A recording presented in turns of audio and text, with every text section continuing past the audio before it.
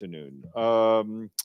Just starting off with the Security Council this morning, there was a open meeting on the situation in the Middle East. The special coordinator for the Middle East peace process, Tor Veneslan, told council members that 2023 ends as one of the deadliest in history of this conflict. He warned that amid displacement at an unimaginable scale and active hostilities, the humanitarian response system is on the brink. Venezuelan, who's briefed by video conference, also underscored the need to enable parties to re-engage on the long-delayed political path to a two-state solution, noting that UN's effort to support this objective has already begun through active consultations in the region. For his part, Major General Patrick Gauchat, the head of the UN Truth Supervision Organization, said that since October 8th, many ceasefire violations have occurred across the blue line between Israel and Lebanon, as well as on the Golan between Israel and Syria. But both Israel and Lebanon, he added, indicated their willingness to improve security, and both Israel and Syria mentioned their strong will to keep the armistice in place. Just a bit more information from the ground on Gaza. The Office for the Coordination of Humanitarian Affairs tells us that telecommunications and internet services in southern Gaza have been partially restored following the longest shutdown since the onset of this current part of the conflict. These recurrent interruptions and lack of electricity hinder access to vital information and, of course, severely hamper the delivery of humanitarian goods. We have also, UNRWA tells us that they are continuing to provide healthcare to displaced people at shelters. Since the beginning of December, the World Food Program also distributed high-energy biscuits to about 600,000 internally displaced people in designated shelters. In addition, the World Food Program also distributed food parcels or wheat flour to about 110,000 internally displaced people during the past 2 weeks. Between the 12th and the 17th of December, only two of our humanitarian partners were able to operate in the northern area of Gaza due to the security situation. They distributed food to more than 46,000 internally displaced people in shelters. In the south, 11 of our partners have provided food to some 2.5 million people over the past week. UNICEF delivered nutrition supplements for more than 60,000 children inside shelters, as well as supplements for pregnant and breastfeeding women. Regarding shelters, last week our partners distributed 2,300 kitchen kits, nearly 57,000 blankets, and more than 27,000 mattresses in the south. But there's still significant gaps in what we're able to deliver. Just noting on the Security Council. Just a programming note for tomorrow. Security Council will hold a meeting on the situation in Afghanistan, on the UN assistance mission in Afghanistan. Following the meeting, the Secretary General Special Representative Rosa Otunbayeva will be at the stakeout. She'll make some comments and take some questions. Turning to the Democratic Republic of the Congo, I have a statement. And as you know, tomorrow, December 20th, the Congolese people will be called to choose their representative during the presidential, legislative, provincial, and municipal elections. On this occasion, the Secretary General reaffirms the continued support of the United Nations to the Congolese people through his special representative in the Democratic Republic of the Congo, and looks forward to the holding of peaceful, transparent, and inclusive elections that will consolidate the country's democratic institution and put it on the path to economic prosperity. To this end, he calls on the authorities in the country, political leaders, civil society, and independent electoral commission to ensure that all eligible voters have access to the polling stations and cast their ballots freely, without fear of intimidation or political prosecution. The Secretary General deplores the episodes of violence that we have seen during the electoral campaign and urges all political actors and their supporters to refrain from any actions that would further incite violence or exacerbate hate speech against certain communities or groups and attacks against women candidates. He encourages all parties to exercise maximum restraint in their words and in their actions. Also related to peacekeeping, the Undersecretary General for Peace Operations, Jean-Pierre Lacroix, will visit the Central African Republic from the 20th to the 23rd of December. He's expected to meet President Faustin Archange Touadéra, as well as Prime Minister Félix Molua and other senior officials to take stock of the political situation in the country and update on peacekeeping challenges and issues. Mr. Lacroix will also travel to Birao in the country's northeast to engage with local stakeholders and visit the Corsi site, which is hosting refugees from Sudan.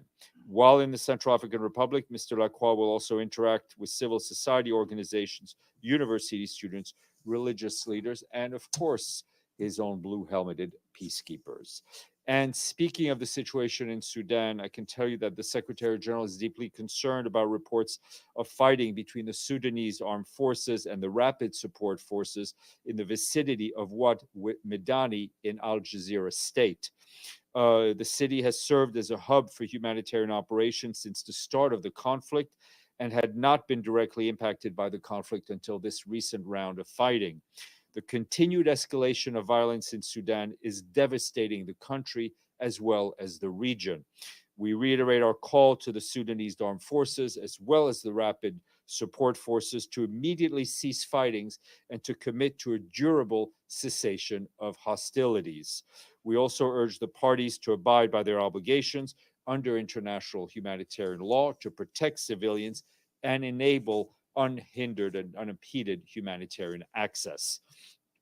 And just to remind you that the humanitarian field mission within and from Al Jazeera state is still suspended.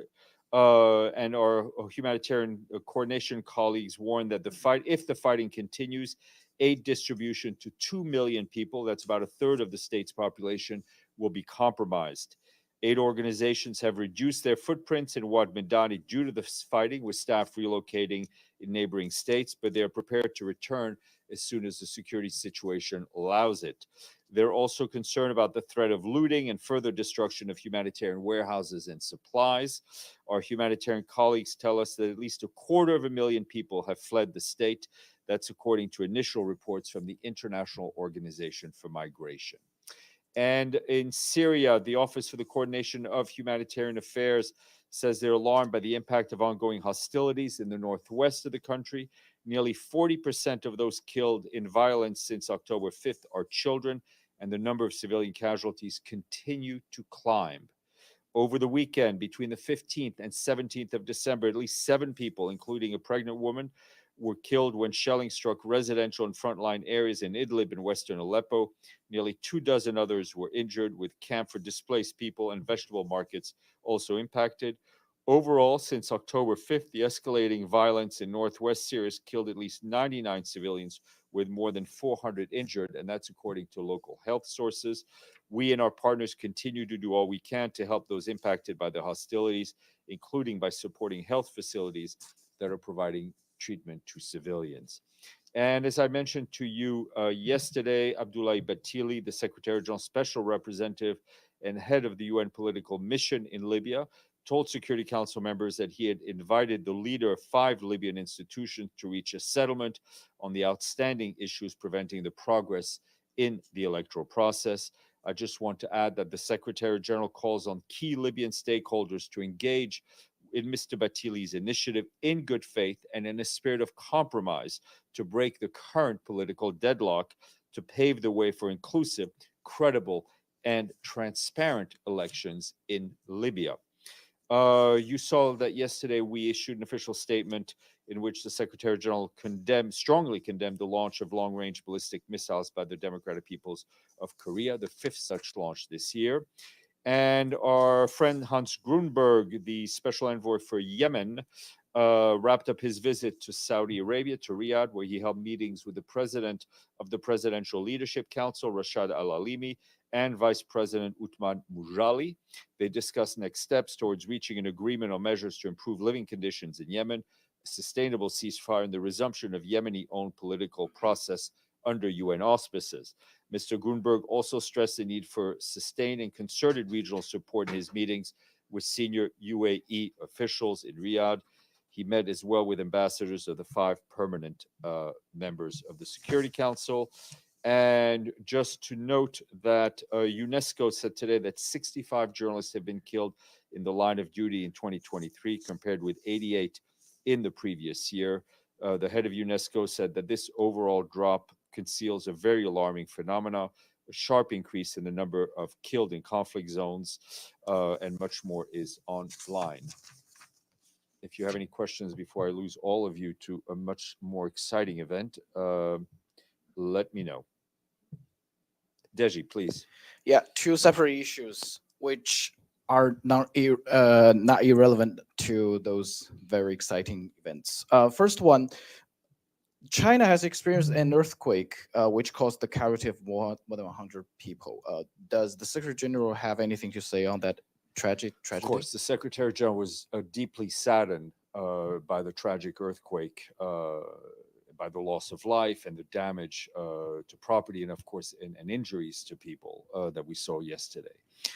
He expresses his solidarity with the people and the government of the People's Republic of China, and extends his most sincere and deepest condolences to the victims, wishes a speedy recovery to those injured, and he recognizes the efforts being undertaken by the government of China to assist those who perished. And of course, the UN team in China stands ready to help in any way they can. Okay, my second question. This is the end of the year. We know that by the end of the year, two things would happen. First one is we calculate the contributions the UN have. The second one is we try to get the budget passed. So for you, I will just ask you about the contribution. We have 141 member Correct. states who paid the contribution, right? How does the other 52 countries contribution impact the operation of the United Nations? Well, obviously, we would, in an ideal world, 193 member states would all pay their dues in full on time. That's not the case for various reasons that are internal to each country. Currently, we'll be able to close out the year.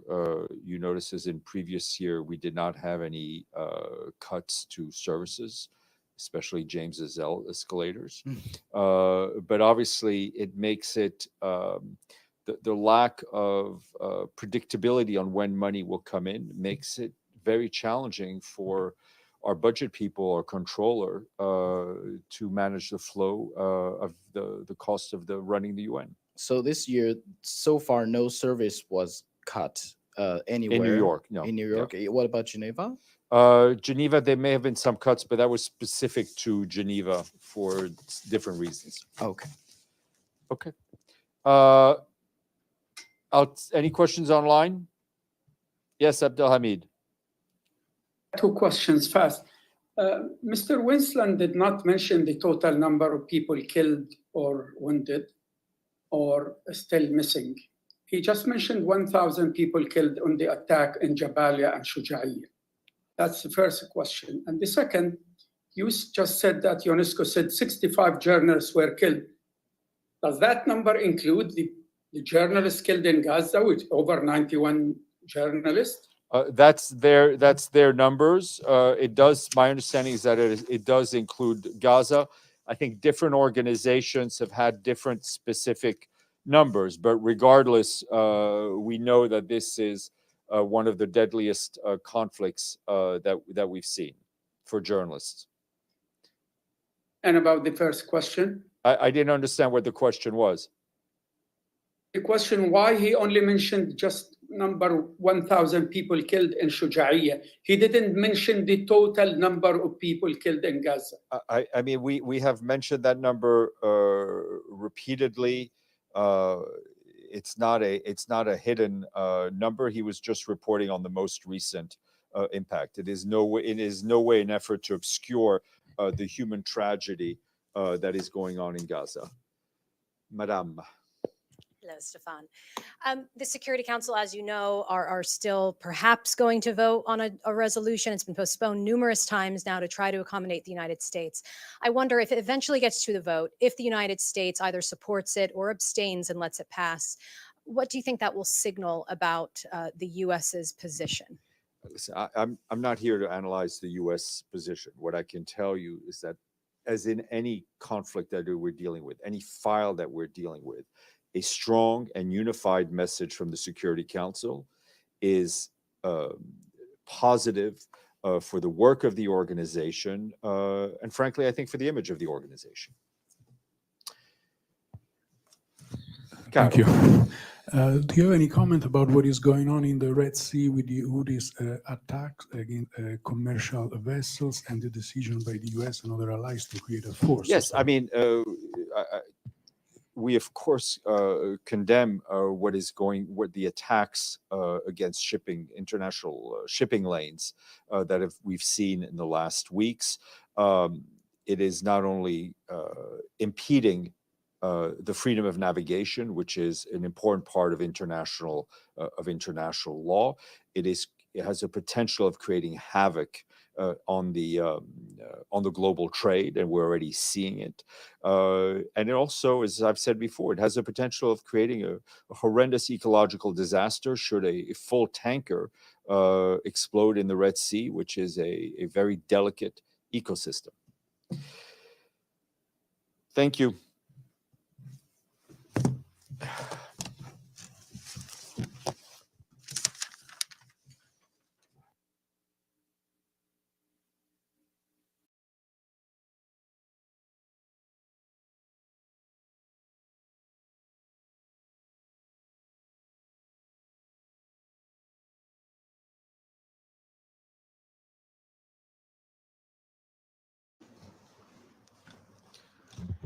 Buenos días.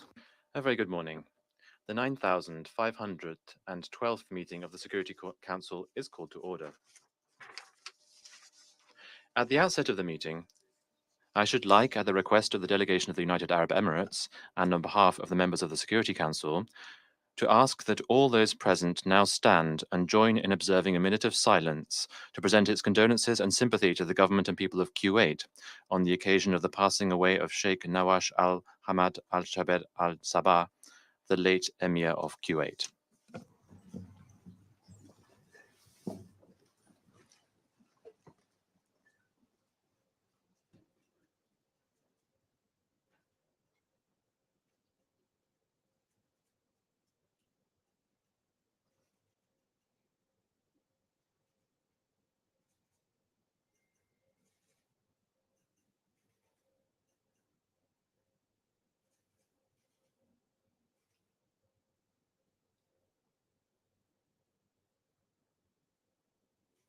Muchas gracias. Thank you.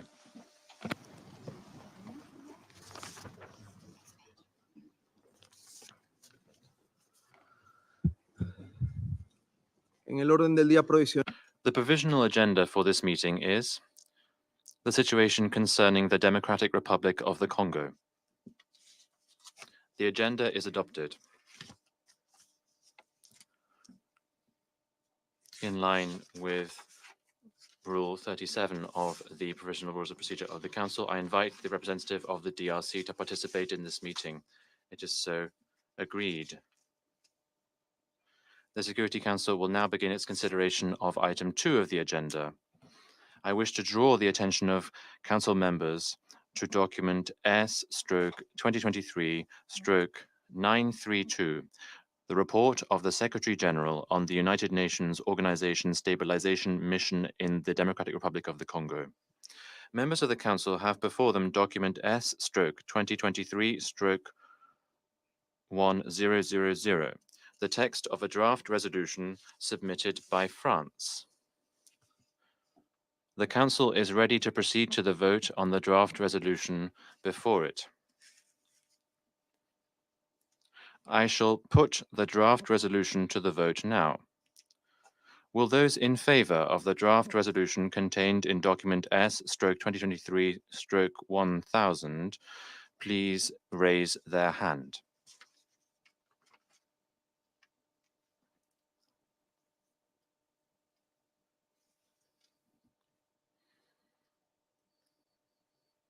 The result of the voting is as follows.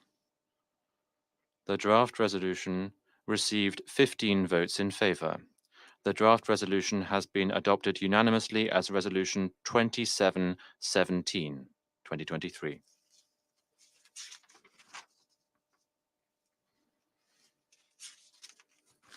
I will now give the floor to those members of the Council who wish to make statements after the vote. I give the floor to the representative of Ghana.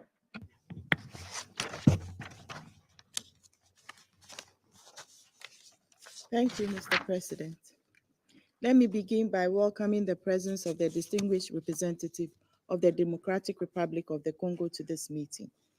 The eighth recommends the delegation of France for its tireless efforts in achieving a unanimous adoption of the draft resolution renewing MONUSCO's mandate. We also acknowledge the positive contribution that other delegations played in support of the African cause during negotiations of the draft resolution, and particularly express our gratitude to the permanent mission of the DRC for its support and effective cooperation.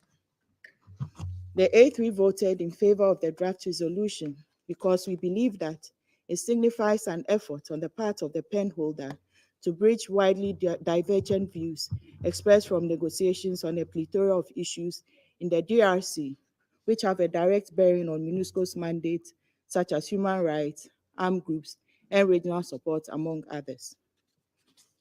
While we appreciate the commitment of this Council to ensuring the timely renewal of MONUSCO's mandate, we also note that language in certain crucial aspects of the just adopted resolution, especially pertaining to the level and amount of logistical and operational support MONUSCO should be allowed to provide to regional forces, was placed under an overwhelming scrutiny during negotiations and severely weakened as a result.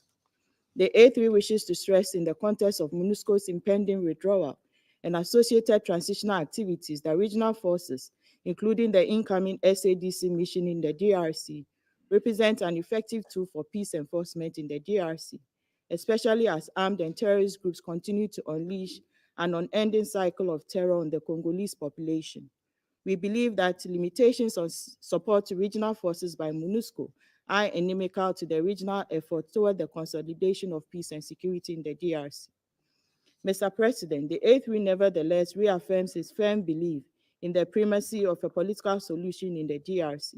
In this regard, we note that the reversal of the dire security and humanitarian situation in Eastern DRC requires an integrated regional approach and strong political engagement by relevant stakeholders, including the government of the DRC, the AU, the ICGLR, and ASADC.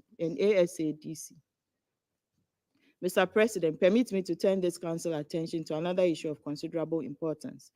The government of the DRC, in the face of significant economic, infrastructure, and security challenges, is demonstrating commitment to protecting civilians from violations. Although we believe that violations of human rights and international humanitarian law by all perpetrators in the DRC are inexcusable and should be punished, we hold the view that the attribution of certain categories of violations to the entire armed forces of the DRC should be avoided.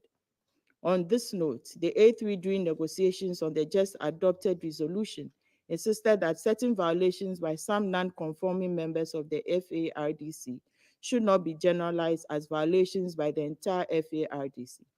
We believe that the Congolese government, through its armed forces, remains committed to the protection of civilians. Let me conclude, Mr. President, by reiterating the A3's strong support for the brotherly country of the DRC, as well as for the stabilizing activities of MONUSCO. We also reiterate A3's strong commitment to the sovereignty, independence, unity, and territorial integrity of the DRC, and recall the importance of the principles of non-interference, good neighborliness, and regional cooperation. I thank you. I thank the representative of Ghana for her statement. I now give the floor to the representative of the United States. Thank you, Mr. President. Let me also welcome the representative of the DRC to this meeting. Mr. President, the United States is